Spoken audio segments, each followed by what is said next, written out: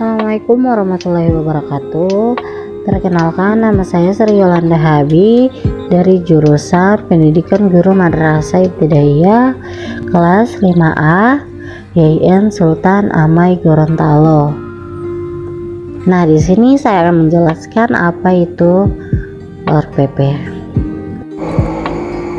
Oke, jadi kita akan belajar apa itu RPP. Nah, RPP adalah rencana pelaksanaan pembelajaran di mana itu adalah merupakan pegangan seorang guru dalam mengajar di dalam kelas. RPP dibuat oleh guru untuk membantunya dalam mengajar agar sesuai dengan standar kompetensi dasar. Kemudian ada tujuan RPP. Di sini ada mempermudah atau memperlancar dan meningkatkan hasil proses belajar mengajar. Yang kedua, dengan menyusun rencana pembelajaran secara profesional, sistematis, dan berdaya guna, maka guru akan mampu melihat, mengamati, menganalisis, dan memprediksi program pembelajaran sebagai kerangka kerja yang logis dan terencana. Nah, kemudian ada komponen-komponen RPP. Yang pertama itu ada identitas sekolah, mata pelajaran, kelas, tahun pelajaran, materi pokok, potensi inti, kompetensi dasar, tujuan pembelajaran, materi pembelajaran, metode, media, dan masih banyak lagi.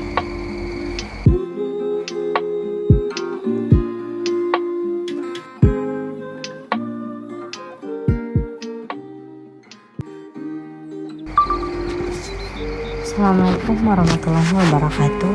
Baiklah, inilah contoh rencana pelaksanaan pembelajaran atau RPP yang dimana memuat komponen sebagai berikut. Yang pertama, satuan pendidikan, yaitu ada nama sekolah, kemudian kelas, semester, seperti contoh kelas 1 semester 1, tema 3, subtema 1, pembelajaran 1, dan alokasi waktu 1 hari. Kemudian ada kompetensi inti. Di sini ada 4 kompetensi inti. Ini menerima dan menjalankan ajaran agama, menunjukkan perilaku jujur, memahami pengetahuan faktual, kemudian menyajikan pengetahuan faktual yang bahasa yang jelas. Nah, kemudian setelah itu masuk ke kompetensi dasar dan indikator. Nah, contohnya ini ada mata pelajaran bahasa Indonesia. Di kompetensi ini jabaran dari kompetensi dasar, ini dari silabus. Nah, di sini ada mengenal kosakata yang berkaitan dengan peristiwa siang dan malam melalui teks pendek berupa gambar, slogan sederhana, tulisan, dan teks lagu. Kemudian dari kompetensi dasar ini dijabarkan ke indikator. Di sini contoh menyusun kosakata tentang kegiatan pagi hari sebagai bagian dari peristiwa siang dan malam yang tepat sesuai gambar. Begitupun dengan mata pelajaran yang lainnya. Kemudian setelah kompetensi dasar dan indikator, masuk ke tujuan pembelajaran. Nah, tujuan pembelajaran ini jabaran dari indikator-indikator di atas. Nah, contoh di sini, siswa dapat menyusun kosakata tentang kegiatan pagi hari. Kemudian siswa dapat menyusun kosakata tentang kegiatan pagi hari dengan tepat. Nah, setelah itu masuk ke materi pembelajaran.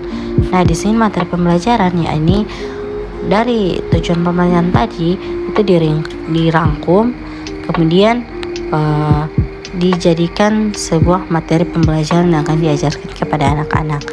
Kemudian masuk ke kegiatan pembelajaran. Nah, di sini kegiatan pembelajaran ini merupakan langkah kegiatan di mana dimulainya proses sebuah pembelajaran di kelas. Nah, yang pertama itu ada pendahuluan atau biasa disebut dengan apersepsi.